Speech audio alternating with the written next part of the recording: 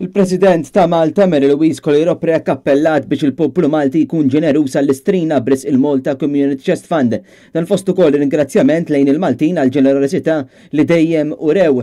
Imma wkoll irid ngħidilkom grazzi minn issa jekk Alla jrid tal-istrina x'konvinta li se tkunu qed tkunu ġenerużi bħalma tkunu dejjem. Dan qalet waqt il-programm Tirum ippreżentat mill Louise Tedesco fuq Net Television.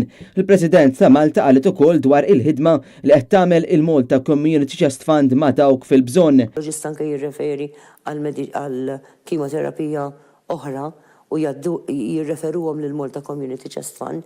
Dak hemmhekk tagħti serħan tal-moħħu li inti mhux se jkollok ċans ieħor skont jekk għandekx flus fil-but, imma fil-verità inti ħajkollok ċans għaliex il-ġenerożità tal-Maltin u Għawġin qed jagħmluha disponibbli. Mary Louise Colero Preak tkellmet ukoll fuq l-importanza tal-istrina. Hija importanti immens, ġifieri aħna niddependu mill-istrina. Naturalment l-istrina tirrifletti il-ġbir fl-istrina jirrifletti l-ġbir ta' sena sħiħa. Però jekk ma jkunx hemm l-istrina, ġifieri il-ġbir on the day, ma nkunu nistgħu nagħmlu xejn.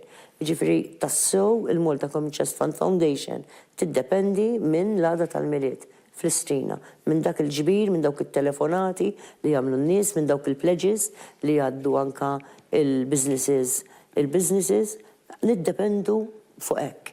Hija mintant appellat mill-ġdid lill-poplu Malti u Għawġi biex mill-ġdid ikun ġenerus u jgħin lil ħutu Maltin oħra biex dan il-fond jerġa' jkun ta' forċina għal dawk fil-bżonn.